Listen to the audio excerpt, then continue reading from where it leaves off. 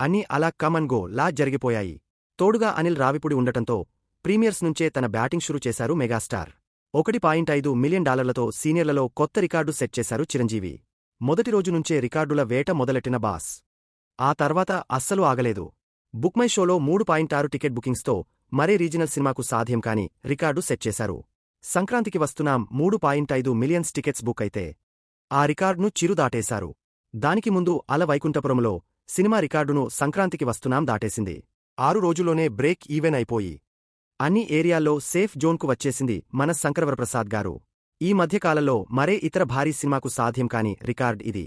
అంతేకాదు ఇప్పటికే 170 కోట్ల షేర్ కలెక్ట్ చేసి చిరంజీవి కెరీర్లోనే కాదు టాలీవుడ్ హిస్టరీలోనే హైయెస్ట్ కలెక్టెడ్ రీజనల్ సినిమాగా నిలిచింది మన శంకరవరప్రసాద్ గారు. 350 కోట్ల గ్రాస్ వసూలు చేసిన మొదటి రీజనల్ సినిమా మన శంకరవరప్రసాద్ గారు. ఇక నార్త్ అమెరికాలో 3.5 మిలియన్ వసూళ్లతో చిరు, అనిల్ ఇద్దరికీ టాప్ గ్రాసర్గా నిలిచింది. ఛానల్